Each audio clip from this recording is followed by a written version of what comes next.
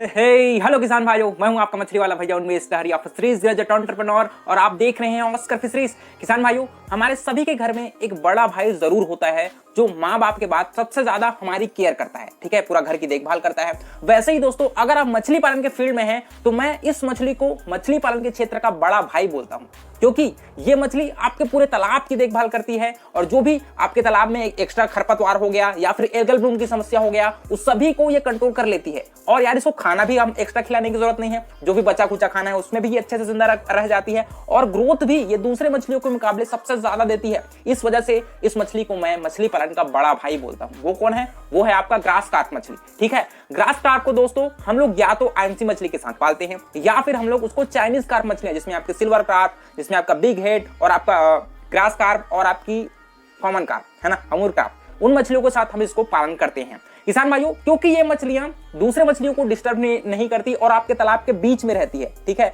इस वजह से इसको हम लोग को एक्स्ट्रा फीड खिलाने की भी जरूरत नहीं पड़ती। तो सिस्टमेटिक थोड़ा सा बात करते हैं कि कितना क्षेत्रफल की जरूरत पड़ सकती है। अगर आपके पास दोस्तों मिनिमम 1 एकड़ का तालाब होगा तो आप ग्रास कार्प मछली का पालन कर सकते हैं, क्योंकि ग्रास कार्प मछली दोस्तों आपके तालाब में जितने भी एक्वेटिक वीड है उसको खाती है और आप इसी वजह से इस मछली को हम लोग ऐसे तालाब में पालन करते हैं जिसमें थोड़ा सा खरपतवार की संख्या ज्यादा हो। दूसरी बात दोस्तों कि यार, ग्रास कार्प मछली के लिए हम लोग थोड़ा सा अपने तालाब की तैयारी भी करते हैं। मान लीजिए आपका 1 एकड़ का तालाब है तो उसमें हम लोग फर्मेंटेशन करते हैं ताकि आपके तालाब में प्राकृतिक भोजन बने, क्योंकि आपको पता होगा कि ग्रास कार्प मछली एक हर्बीवोरस मछली है। ये आपके फाइटोप्लैंक्टन और खरपतवार दोनों को चाव से खाती है, ठीक है। तो इसके लिए हम लोग प्रति एकड़ दोस्तों 900 से 1 टन गोबर का प्रयोग करते हैं। उसको फर्मेंटेशन कर दीजिए, उसमें थोड़ा सा दूसरे केमिकल सिंगल फास्फेट और यूरिया मिलाकर के भी आप प्रयोग कर सकते हैं। तालाब में अच्छे से भोजन बनने के बाद दूसरा हमारा इंपॉर्टेंट काम आता है कि हम लोगों को तालाब में ग्रास कार्प का स्टॉकिंग डेंसिटी कितना रखना चाहिए, ठीक ना। तो आपको मैंने पहले ही बताया है कि ग्रास कार्प मछली को हम लोग पॉलीकल्चर में पालते हैं, मतलब दूसरे मछलियों के साथ हम लोग इसको पालते हैं। तो स्टॉकिंग डेंसिटी की बात करें, क्योंकि जो भी कार्प मछलियां होती है उसको हम लोग प्रति एकड़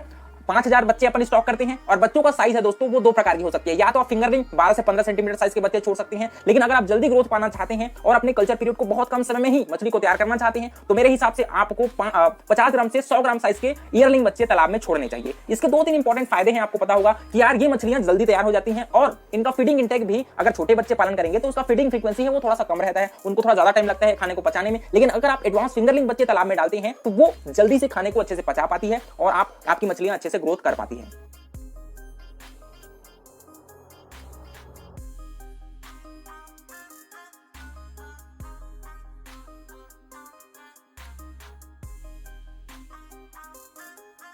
तो दोस्तों दूसरे कार्प मछलियों के साथ अपने टोटल स्टॉकिंग की, मतलब 5000 में आपका 15 से 20% ग्रास कार्प के होने ही चाहिए। मतलब आप 1500 बच्चे हैं, वो 5000 में 1500 बच्चे आपके ग्रास कार्प मछली के होने चाहिए। इसके साथ मेरे हिसाब से आपको सिल्वर कार्प बच्चे स्टॉक करना चाहिए, सिल्वर कार्प, या फिर आप उसकी जगह बिग हेड मछली भी तालाब में डाल सकते हो। उसके साथ साथ आपको अमूर कार्प, ठीक है, अमूर कार्प को भी स्टॉक करना है क्योंकि वो तालाब के बॉटम में रहती है। उसकी जगह आप कॉमन कार्प भी स्टॉक कर सकते हैं, लेकिन अमूर कार्प बच्चा है वो ज्यादा बेहतर होगा। तो इन 3 मछलियों को, बिग हेड, ग्रास कार्प और अमूर कार्प, इन तीनों का कॉम्बिनेशन है वो बहुत ही बढ़िया है, क्योंकि सारी मछलियां कम पैसे में अच्छे से तैयार हो जाती हैं, उनको ज्यादा फीडिंग की भी जरूरत नहीं पड़ती। तो इन तीनों मछलियों को कंबाइंड में आप पालन कर सकते हैं, बहुत ही बढ़िया रिजल्ट आपको मिलेगा।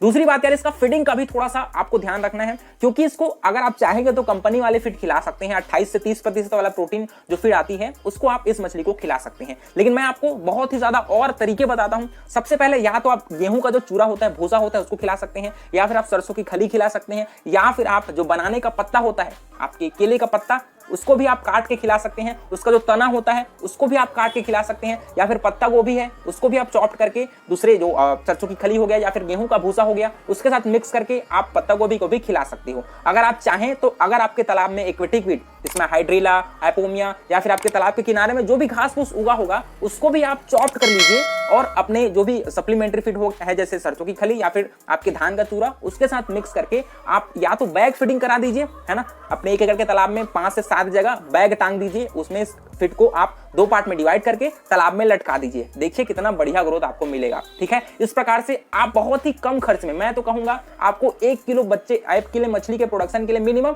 30 से 35 रुपए आप खर्च करेंगे और ये मछली तैयार हो जाएगी। दोस्तों ग्रास कार्प मछली में 2-3 बीमारियां हैं वो आसानी से लग जाती हैं। सबसे पहले फंगल इन्फेक्शन हो गया, दूसरा आपका अल्सर हो गया, ठीक है।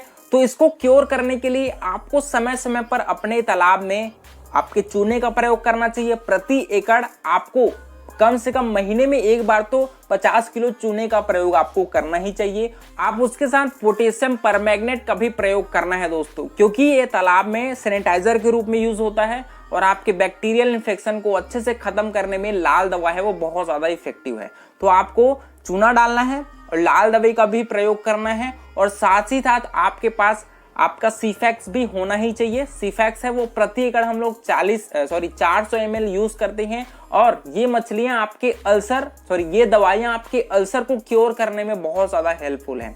तो ये 2-3 दवाइयां आपके पास होनी ही चाहिए। साथ ही साथ अगर आप चाहेंगे तो अपने खाने के साथ आप मल्टीविटामिन्स और उसमें थोड़ा सा प्रोबायोटिक भी ऐड कर सकते हैं, ताकि उनका गट है वो अच्छे से हेल्दी रहे और खाना भी अच्छे से वो डाइजेस्ट कर पाए। क्योंकि आपको पता है कि आपको जितना अच्छा खाना मछली को खिला पाएंगे उसमें बीमारी लगने के चांसेस भी उतने ज्यादा कम होते हैं। बाकी आपको वाटर पैरामीटर्स को ज्यादा ध्यान नहीं देना पड़ता, क्योंकि ये मछलियां जितने भी एडवर्स कंडीशन है उसमें भी अच्छे से सरवाइव कर पाती हैं। बस आपको तालाब का पीएच है दोस्तों वो 7.5 से 8.5 को आपको मेंटेन करना है।